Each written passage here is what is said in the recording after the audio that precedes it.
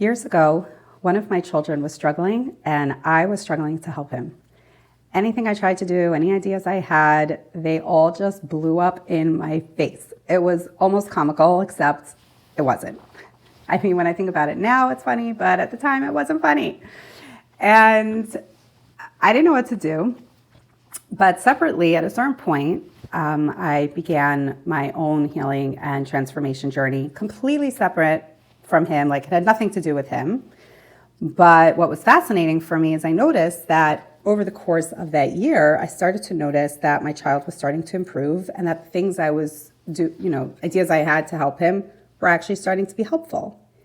And I didn't understand like what was happening, but I knew it wasn't coincidence. I knew that by me focusing less on really all my children, I was focusing less on all my children and focusing more on myself, that somehow was helping my children too. Not just this child, actually, all of them. And I didn't understand. Well, eventually I came to understand. I didn't understand at the time what had happened, but eventually I came to understand it with an analogy, and I'm going to share the analogy with you now. Okay? Analogy is with a fishnet that I have here. Okay? And the fishnet represents all of humanity.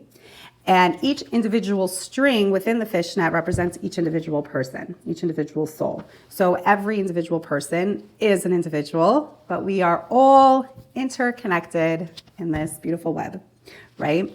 And if, let's say, this is me, then all of the strings closest to me represent all of the people closest to me. But there is going to be this chain reaction moving outwards, okay, right? Because well, let me show you. So what happens when I start to focus less on everyone else and begin to focus more on myself in what I would call healthy self-centeredness, then as I lift myself up, I automatically lift up those around me. And they, in turn, when they lift themselves up, they start to lift up those around them as well. And it's a whole beautiful chain reaction. That's why last week I was encouraging everyone to find ways to step into greater inner freedom for themselves, because we are energetically connected with the hostages, and by freeing ourselves energetically, somehow we also help to free the hostages.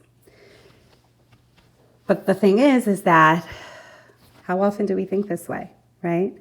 How often do we instead hyper-focus on, if let's say we're going to talk about our kids in this video, whether it's our own kids or if we're teachers, the children who are our students, how often do we hyper-focus on them and avoid looking inwards? We do it all the time, right? And sometimes it's less obvious that we're doing this, and sometimes it's more obvious.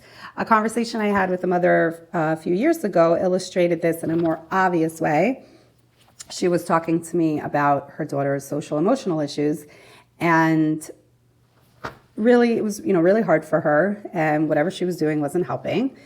And then at a certain point, she kind of her voice trailed off. She looked into the distance and she almost said under her breath, "Yeah, I've struggled with this myself my whole life." And then she kind of snaps out of it and goes back to talking about her daughter. This doesn't work. And not only does it not work, it's not supposed to work, because our relationships are meant to elevate us. And our relationship struggles and the pain that we have in our relationships are specifically designed to elevate us. And it's only after we lift ourselves up. We don't have to do it perfectly. We don't have to do it all the way, but we at least have to start. Only after we start to lift ourselves up can we then lift up those around us. Because at the end of the day, we can only take people as far as we've gone ourselves.